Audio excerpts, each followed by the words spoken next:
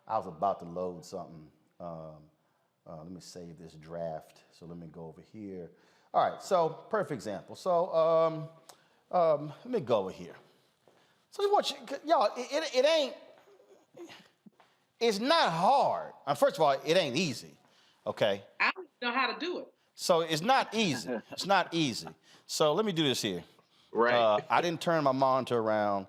Let me see if this works. Matter of fact, I'm gonna do this here. Let me do this here. I'm gonna keep talking. I gotta get the right device. Y'all, this is pretty hilarious for Homeboy saying how difficult, how he just feels so horribly. You know, he didn't read it beforehand. First of all, the only way he could have posted that thing is if he read it. So, yes. I mean, he would have had to actually read it. For some reason, I don't have the right device for my phone, damn it. So understand this here. So if you're gonna do something, you gotta literally copy. You gotta copy the link on your phone.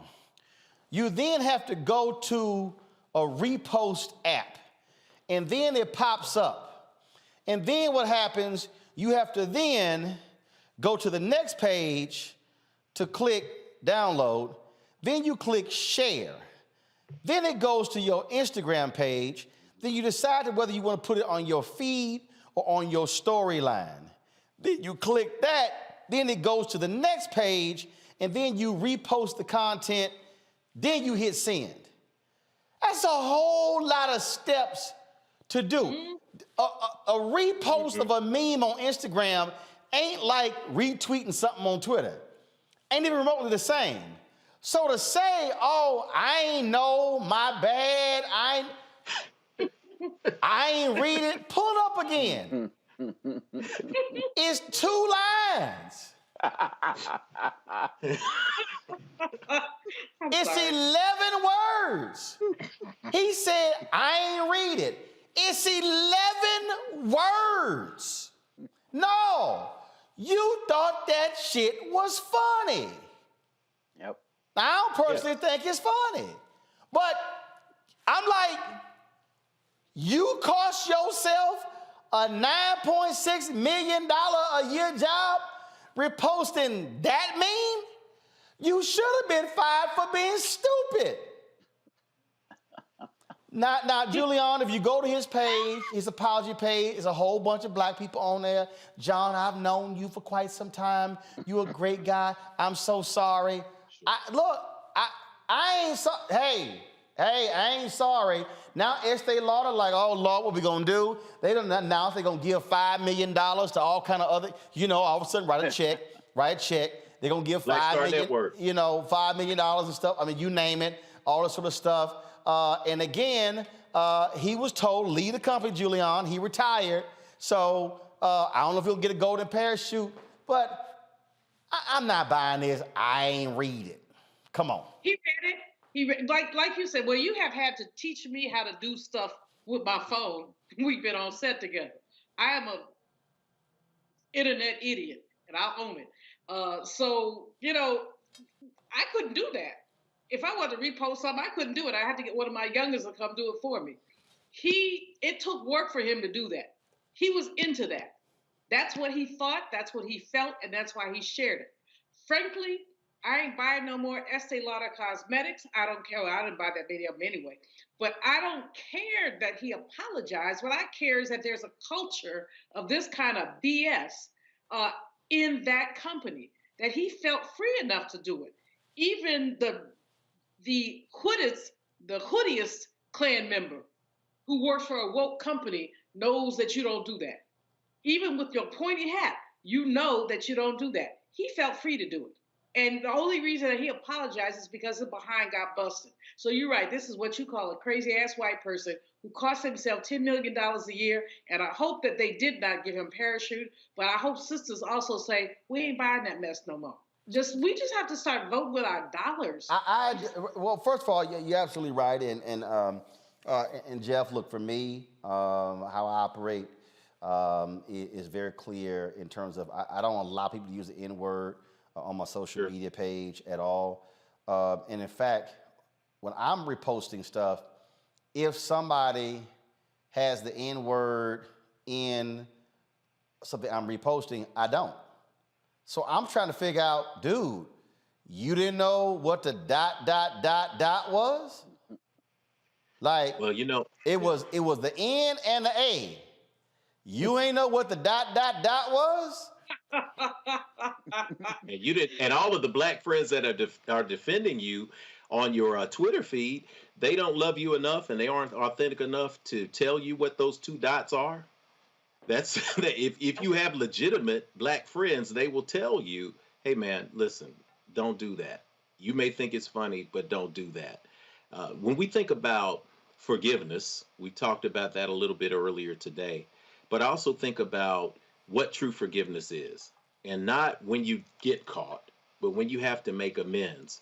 When I work with people in the recovery community, when you see the movies, when people are sitting in a group, the first thing they say is, my name is fill in the blank, and I am, and they tell you what they're dealing with, and they're honest with it. That's an honest understanding of who you are and where you are. I think we got to move to a place where people can give honest and heartfelt apologies and just tell the truth. I will show you. I will demonstrate right now. My name is Reverend Jeff Obafemi Carr, and I will admit that perhaps because of some of my training and some of the pictures I've been seeing over the last 5 days, that when you put that picture of John Dempsey up, I thought it was Vladimir Putin in his office. And so I made a mistake, but they looked a lot alike to me when they were in that space. So listen, hey, maybe that's just me. I apologize for mixing them up when I saw the picture, but I also say that apologies have to come from a real place. Now, if John Dempsey would have said, I thought it was funny, something's wrong with me, obviously. I need to talk to somebody. I need to get some psychological help. Something is wrong. You're going to get more traction if you're authentic and you admit what is really going on than you will to give the standard canned response of, I didn't know, especially when you're in the internet age and everybody knows that you have to read and go through several steps to repost a meme. In terms of this golden parachute, I think language is important too. The thesis that comes from John Dempsey is, or that comes from Estee Lauder is, you got to go. Yeah. Antithesis is, I want to stay. Listen to the language, though. The synthesis that we've heard is not he's fired, it's we agree. Mm-hmm. So there's some kind of deal that's been made where he's walking away with some kind of salary. So this goes to what Sister Malvo said. We've got to make sure that we don't support companies like that who are going to be able to give people a space where they can agree to leave as opposed to get the door slammed in their face. Congo? Absolutely. And, you know, Estee Lauder pledged to do so much after everything happened with George Floyd. I'm looking at Forbes, and they're talking about they had 94% of its staff got racial bias courses. They had 9.2% new hiring that were filled by black people. Doesn't say if it was management, though. So, you know, but they talked about all of these things they're going to do. And this is a major setback for a company that has had a history of racial ignorance and bias, from their skin lightening cream to their hiring practices to their advertising. And so even if they've made some strides since 2020 with the George Floyd and their commitment to Black Lives Matter, they also had one of their heirs and board member, Ronald Lauder, contribute to the Trump campaign in 2020. So there's like one step forward, two step backwards, and we got to march with our feet. We got to march with our dollars to make sure that they're called out. And he should not have had the opportunity to resign, like we're all saying. He should have been fired. He doesn't get to walk away with millions for some ignorance like this. He said, "There's not enough words to express my sorrow." There's not enough words on the meme. Like you said, 11 words. Read the thing and don't share that joint. So, as you would think, talking about again what Estee Lauder's announced that they're going to do financially. I wasn't going to do this here, but I do want to segue into a real quick Where's Our Money segment. So roll it.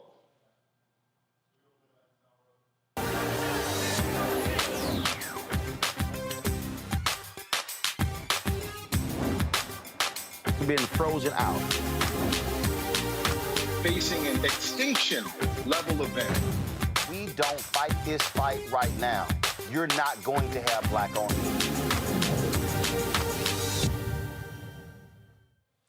So I want y'all to go to my Instagram page right now, and I want you to click the logo, click the photo where it says HEB.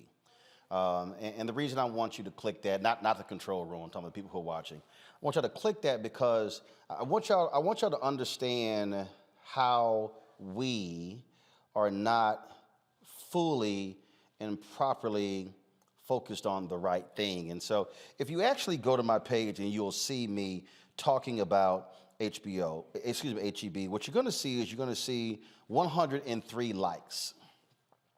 And then what you're gonna see is you're going to see about 9 or 10 comments on this. Now, if you go back a little bit earlier, you're gonna see a video that I reposted from HBCU app of an alpha just stepping. It has 202,811 views. It has 623 comments.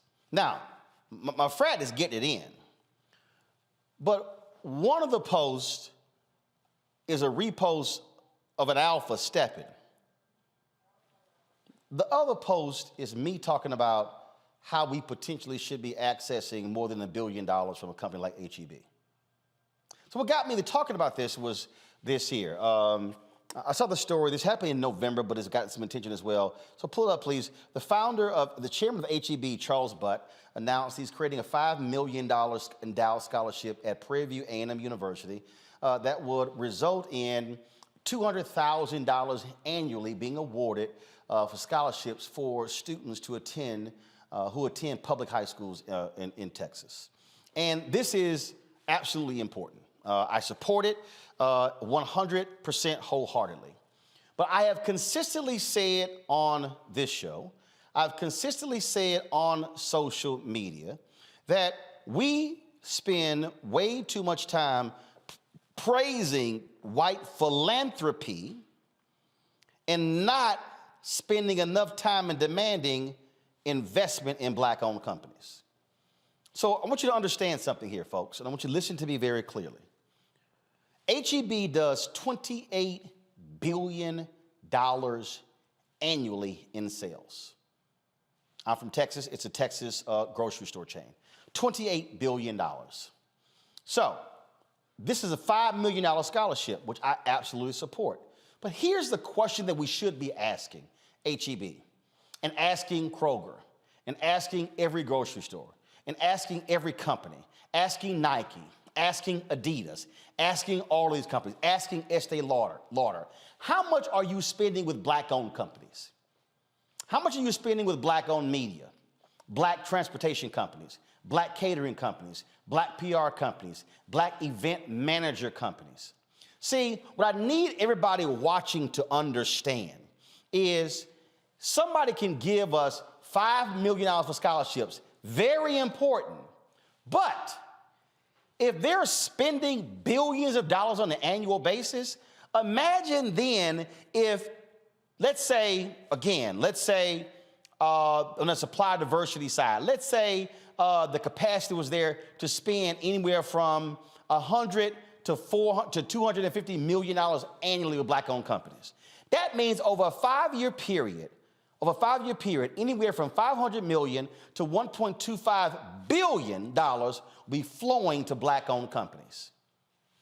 $5 million in scholarships, $500 million to $1.25 billion. Do y'all see what's wrong with this picture? We are elated with the scholarship. We are elated when they buy tables at our events. We are elated when there's a souvenir ad in the booklet. What I'm trying to get you to understand is that when we stop focusing on the big money, they got us on the small money. Now, I'm gonna go here with something, and y'all know I do not use the N-word, but I'm only going to quote Don King in this. If you read Jack Newfield's book on Don King often screwed his boxers, especially his black boxers. And so Don King understood the street mentality of his boxers. So what Don King would do is, Don King would give his boxers a wad of cash with a rubber band around it. Don King called it, quote, nigga rich. So they from the street. So they driving around, wad in their pocket. They going to the pool hall, they going to the bar, they pull that wad out, peeling off hundreds, feeling great. Don handed them a wad with 10 grand, but he owed him $1 million.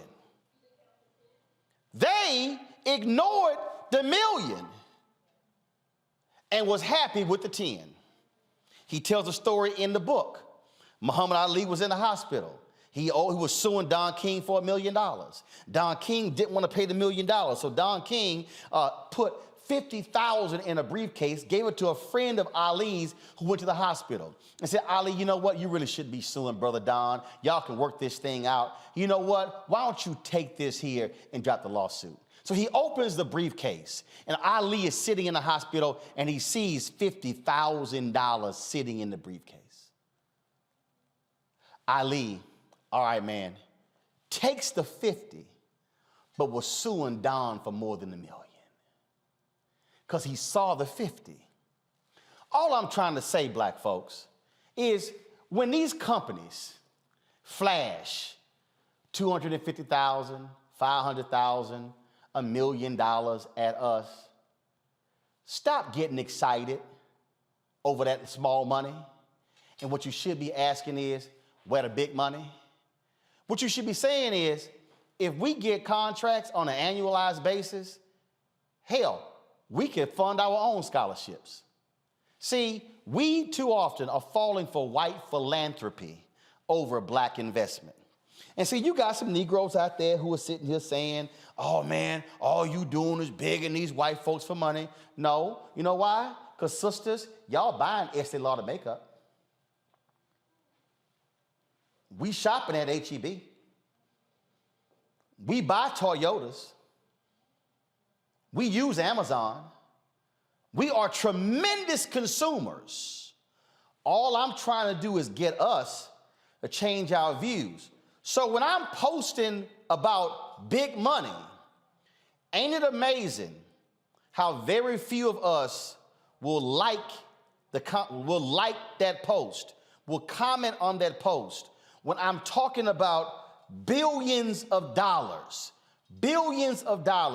yet if I posted about the cancellation of a so-called black show on a white network like I did Our Kind of People, my Lord, there will be hundreds of thousands of likes and thousands of comments, which means that we are focused on the wrong thing. We are that boxer who Don King gave a wad of money to. I'm just trying to tell y'all, if we want to change where we're going, we have to change this. And we've got to stop letting people get us with small money, and we rejoice, yell, holler, and scream, and we don't ask the next question is, how much should we be getting? That's why, as Malcolm X said, as Giselle said in the movie Malcolm X, no, I'm not satisfied. It's way too many of us are satisfied with small money. Just saying, y'all might want to think about that. Going to a break, we come back, we're going to talk with Dr. Avis Jones-DeWeaver about the kickoff of Women's History Month, and also we'll talk about a black skincare company. We'll talk about taking care of your black skin. Yeah, I know y'all think, yo, D, you talk about black don't crack, but some of y'all got some raggedy ass skin. So we're going to deal with that. You watching Roland Martin Unfiltered on the Black Star Network.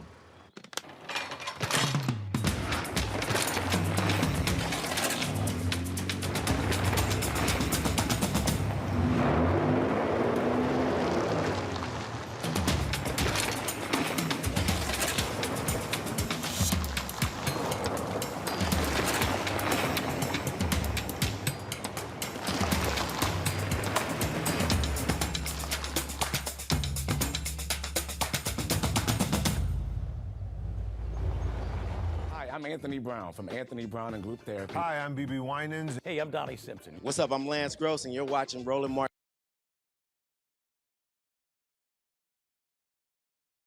All right, folks, March is Women's History Month, and of course, there are a number of events, activities taking place all throughout the month. The focus is on women. Now, y'all know how I feel about this, just like Black History Month. The reality is you can focus on women 365, 7 days a week, but it's when it is highlighted. Joining us right now, Dr. Avis Jones-DeWeaver, who joins us. Avis, again, the opportunity is always to highlight stories that may not get told on a consistent basis as well, but there certainly are challenges that Black women face, even when it's Women's History Month. Hell, just even getting Black women be a part of the month. You got that right. But what is really special about this Black History Month is it is one of the first where the first day of which we recognize is Black Women's Appreciation Day. Actually, Girl Truck came up with that name a couple of years ago, and so I'm excited about the first day of Women's History Month. I'm already saying Black History Women's Month, but Women's History Month, because it's a day that's set aside specifically to appreciate Black women, and let's just be real, there's a lot to appreciate about Black women. And one of the things that in terms of on this day, I mean, so what is actually happening? What is taking place? What is being done with programs, social media? What's going on? Absolutely. So in recognition of Black Women's Appreciation Day, I'm actually holding an event called Do You, a Revolution in Black Womanhood. And specifically, I'm focusing on the challenges that Black women face at work. Now, Black women face a very specific set of challenges at work. We are the most likely to say that we feel disrespected at work. We are the least likely to say that we have access to quality time, so to speak, with a senior level person in our job, which makes it very difficult for us to form the relationships that we need in order to climb that ladder. And we're the least likely to say that we have a sponsor in our job. So all of those things make work very difficult for us, even though we're the most likely woman of all women to work. And so I'm having a specific event in which I'm really breaking down for the sisters around how to be able to leverage their power in the workplace and live a life that they love without compromising their authenticity and who they really are. And of course, we're seeing that take place a lot. You deal with this in your book, of course, How Exceptional Black Women Lead. Yes. And what we are seeing is we're seeing an increasing focus on leadership development, on sisters also helping other sisters in developing them in what they do. Absolutely. And it's absolutely necessary, because let's just get real. Oftentimes when there are programs developed that focus on diversity, Black women are left behind. When there are programs that are focused on gender diversity, Black women are left behind. So it is a special need there that we need to focus on to make sure that our specific issues are addressed. And that's so important that we do that it's really my main reason for making sure that I'm holding this virtual event tomorrow, specifically speaking to Black women about how to really not compromise who you are, but still be able to climb that ladder in terms of your career aspirations, still be able to get paid what you're worth, which is a big thing for Black women. We rarely get that. And then how are we able to do all of that while also creating a holistic life that we love? Too often, we're not even on our own to-do list. I argue that in order for you to really make the biggest gains in your life, both in terms of your career as well as when your personal life, you have to put your desires first. And so when you do that, everything else needs to fall in place. And so that's what I'll be talking about tomorrow. All right, where's it going to take place? How can people watch? Absolutely. So people can go to blackwomanrevolution.com, singular, blackwomanrevolution.com. You can get all the information about the event there. It's going to happen online, so you can join me for free virtually tomorrow at 7 p.m. Eastern. I look forward to going through all the deets with you then. All right, then. Avis, thanks a lot. Thank you. All right, folks, when we come back, we're going to talk about black skin. Yeah. Your black skin. Mm-hmm. Somebody need to take care of it. I told you, some of it's raggedy and ashy. You're watching Roland Martin Unfiltered on the Black Star Network. Black Star Network is here. I'm real revolutionary right now. Support this man, Black Media. He makes sure that our stories are told. Thank you for being the voice of Black America, Roland. Stay black. I love y'all. All momentum we have now, we have to keep this going. The video looks phenomenal. See, there's a difference between Black Star Network and Black-owned media and something like CNN. You can't be Black-owned media and be scared. It's time to be smart. Bring your eyeballs home. You dig?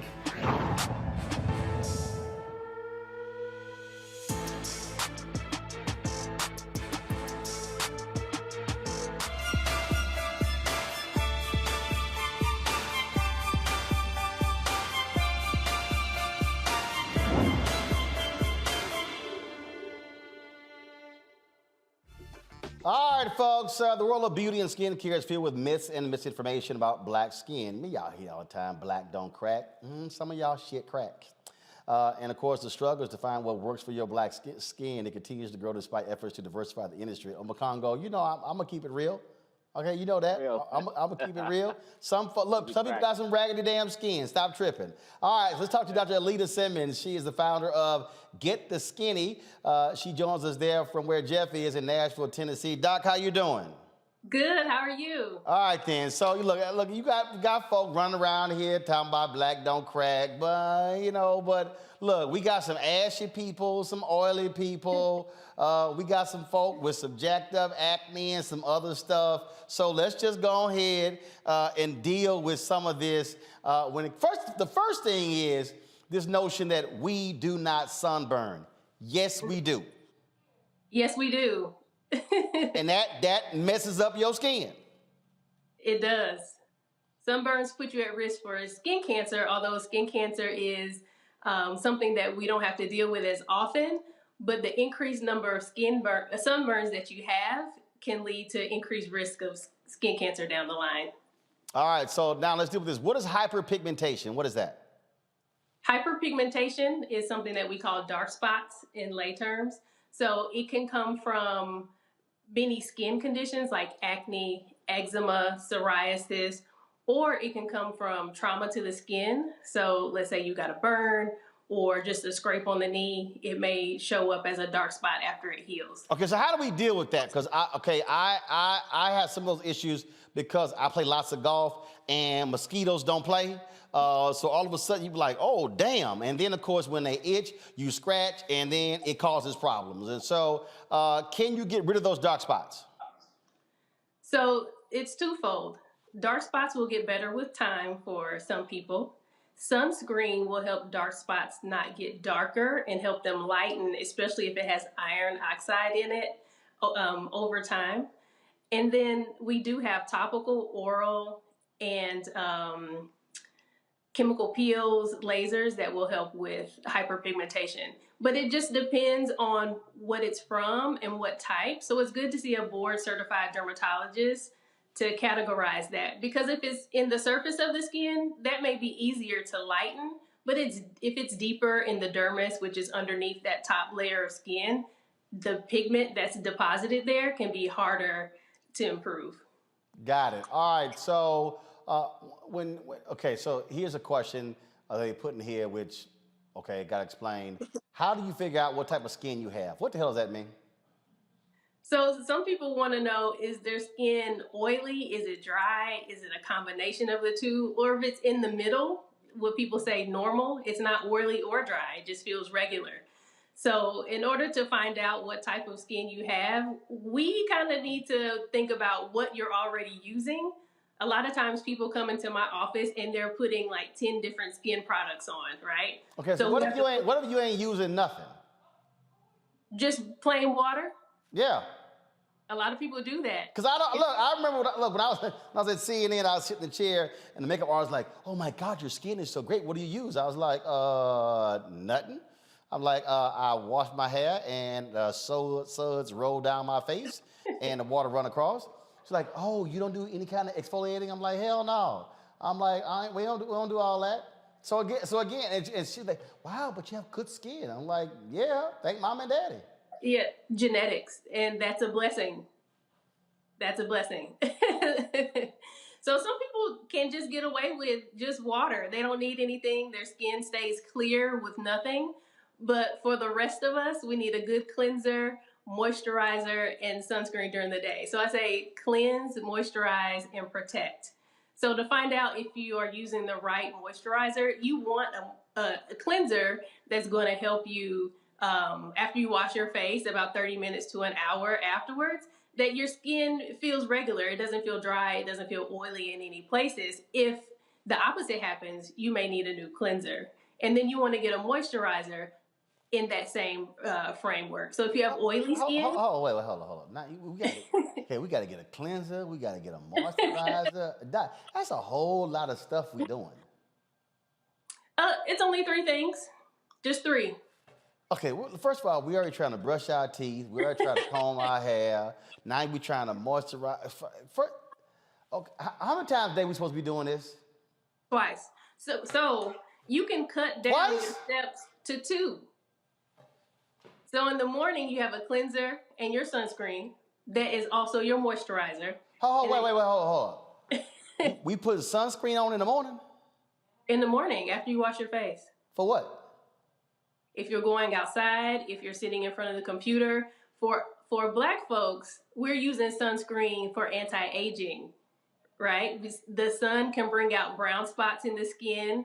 The sun causes wrinkles and also kind of the breakdown of some of our support in the skin. Black may not crack as much, but it sags. So sunscreen will help with the anti-aging process. So and at night, you literally said put on sunscreen to sit in front of the computer? We're getting that blue light from the computer, and that blue light can cause some aging. I know. Who got? All right. Who the first set with questions? Who want to go? Omakongo, Jeff, Julian.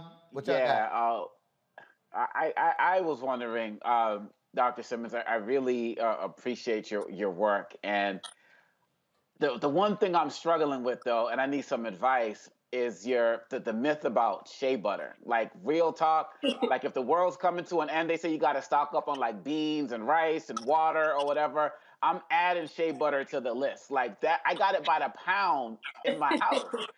And you're saying that it's not the wonder cream that has been billed to the Black community. So what should we be using? I know some Negroes who swear shea butter is like, straight from Jesus. Absolutely. What are we supposed to do? This is true. Listen, that's a great question. What I tell my patients is, if it's not broke, don't fix it. So if it's working for you, you can continue.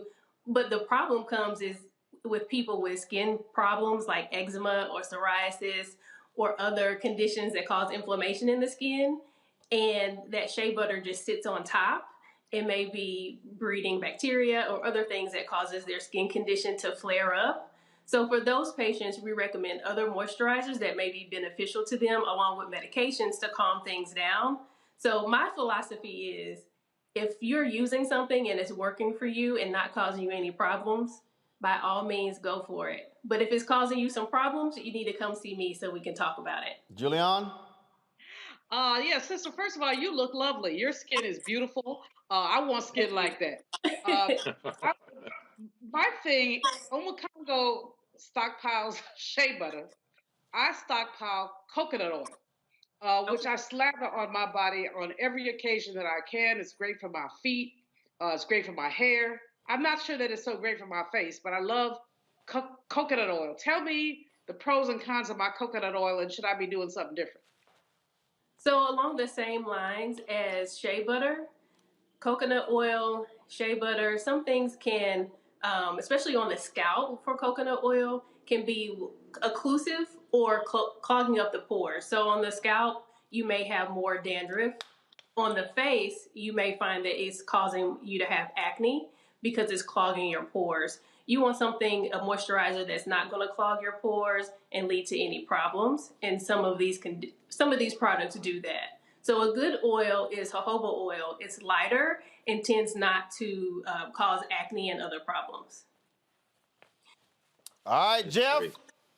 Yeah, man. First off, Dr. Simmons, thanks for everything that you do here in my home city. Read about you in Urbanite and seeing all the great work that you're doing to bring people into consciousness about skin and the work at Vanderbilt. Keep up the good work.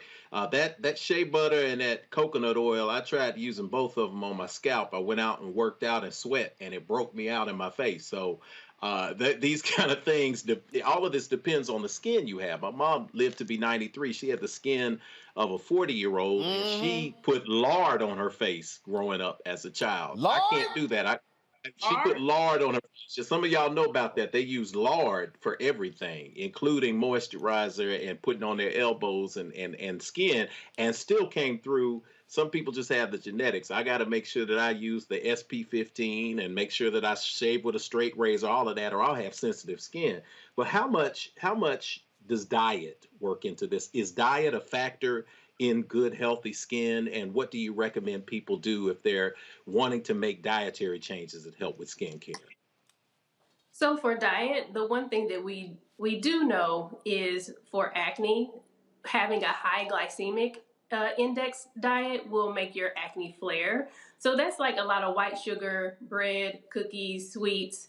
That will tend to make your acne flare. We recommend a well-balanced diet overall for, just general health. So, but if you're having a skin condition, we usually need to treat that from the outside or from the inside out. And sometimes that's not done directly with changing your diet, and that you actually need a treatment plan and a treatment regimen for that. And I just wanted to address one thing that you said about the SPF. We actually recommend SPF at least 30 for daily use and to reapply after a couple of hours. Now, Doc, look, I know some black folk who swear by this. They slap Vaseline on everything. Now, it's called petroleum jelly. Should we be putting Vaseline on our legs, knees, elbows, arm, face? Vaseline is fine. It can also be occlusive on the face. So if you're acne prone or you get milia, which are little tiny bumps around your eye from the skin being oily, you might not want to use Vaseline on your face. But or petroleum jelly. I like petroleum jelly because it's cheap. And for patients who are looking for a good moisturizer that's going to stay with them, it's a good option, especially on your feet at night. Put that on there, put some socks on, it'll keep your feet moisturized. So petroleum jelly is also a go-to. Okay, is there a particular lotion that we should be using? First of all, I keep lotion with me at all times. I cannot stand ashy ass people. When I say I cannot stand it, matter of fact, my niece is lucky I do not have immediate access to a photo and a video I shot when I had to teach my two nieces how to apply damn lotion. I got tired of their asses walking around my house ashy. I could not stand. Oh no! If I had the photo, she knows exactly what I'm talking about. I'm talking about knees, like they were kicking flour. I can't stand. I cannot stand it. In fact, if my dad, they work in the elections. He gonna watch this later. Yo, seriously, they were visiting me, and I was about to leave, and he said, son, you going to the store? I go with you. I said, not with them damn knees. You got to put some damn lotion on. I got large bottles in every room I cannot stand it. And so now I ain't gonna see, I took the label off because they asses ain't paying me. So just understand that I got the lotion with me. I keep one on the set and one here because we do ash check on my show. I ain't say no ass check, ash check. We look at them knuckles to see, we can't have, Julianne know, she know. When we did my TV One show, I look down, I'm like, hey, stick your hands out, because we can't have no ashy damn hands on TV. So is there a particular lotion that we should be using, and what should it contain? There are lots of them out there, right? So if dry skin is a big problem for you, you may need one with an acid in it, like lactic acid or salicylic acid. I also recommend creams, especially in the wintertime. And if it's really bad, we'll go back to that petroleum jelly or an ointment. So if we're talking about names, they are not paying me either. So a good hand cream is the Neutrogena Norwegian hand cream. It's going to stick with you, and when you wash your hands, you're not going to be immediately ashy afterwards, because it kind of keeps a layer, as well as CeraVe SA cream. They have one for hand cream. They have one for the body. Sometimes you need a little help getting that dry skin off, and an acid in your moisturizer is going to help cure that ash for you. All I'm saying is, if your ass got flakes, you need to be using some lotion. I can't. No, I ain't. Y'all, hey, look, y'all, look. Julian, you don't understand. You don't understand. I'm talking about if you want to irk my soul, roll up with some ashy damn feet, legs, ankles. Let me give you another tip. One time I saw this brother, and he had on some gray slacks and some gray shoes. So I said, "Damn, he's matching." I thought he had on gray socks, but it was that. See, right? That's what I'm saying. That's what I'm saying. Doc, go ahead. So a key to keeping your skin moisturized is moisturizing right after the shower. So pat dry, keep a little water on your skin. What moisturizer really is doing is sealing in the water in between your skin and the cream. So if you do it right after the shower while your skin is still damp, it's going to help lock in that moisture. Okay. All right. Well, look, if folks want to reach out to you to get more tips, where should they go? If you want to reach out to me, contact me on social media at Get The Skinny. That's GETTHEGSKINE. And that's also my website, gettheskinny.com. All right, then. So, Doc, we appreciate it. Thank you so very much. And trust me, you help some folks avert a crisis with their raggedy skin. Thanks a bunch. Thank you for having me. All right. Y'all think I'm playing. I'm serious. I cannot stand. Look, Anthony was direct. We were in L.A. I said, Anthony, your ass don't put some damn lotion on them damn feet. I said, man, I'm going to cut you. I said, y'all don't understand. I'm telling you. I cannot let my daddy sit in my house with some ashy feet. I can't do it. It ain't going to work. All right, y'all. I can't do it. I'm telling you right now. That's how it works. All right. Make me laugh so hard. Julian, I'm telling you, I see you with some ashy hands. I'm like, even though you light skinned, you get ashy. I lotion every morning and every evening, and I stockpile coconut oil. Hey, all I'm saying, look, Jeff, I know you keep some oils with you. You probably, I got a sister that makes them. I keep it here. Jeff, you probably got like a whole travel kit of incense and oils. You probably got a whole black pack. You probably got a whole. You probably got like a pack. It's like some shea butter, some oils, and some incense. You know you do. Palo Santo for you, man. It'll heal your mind and your body. I keep it there ready. Y'all know. Just like an old black woman will pull out peppermint out of her bag at church. Yes, why you crying, Julia? Why you crying, Julia? You cry. I'm cracking up and y'all making me. You know I ain't lying. You know, old black woman got peppermint in her purse. Jeff got some oil and some incense, and I know all that damn shea butter your ass got stocked up on Congo. I know you got like a travel kit. Yes, sir. No lie. I ain't playing. Yep. Open up studio, Roland. That's what we'll do. Each one of us, when we get in person, we'll just bring something and set up a shop there. We will bring our ash blockers. Please. Jeff Amakongo go come here with them oil, shea butter, do some damn yoga. All right, y'all. We gotta go. If y'all want to, of course, download the app, please do so. Black Star Network app.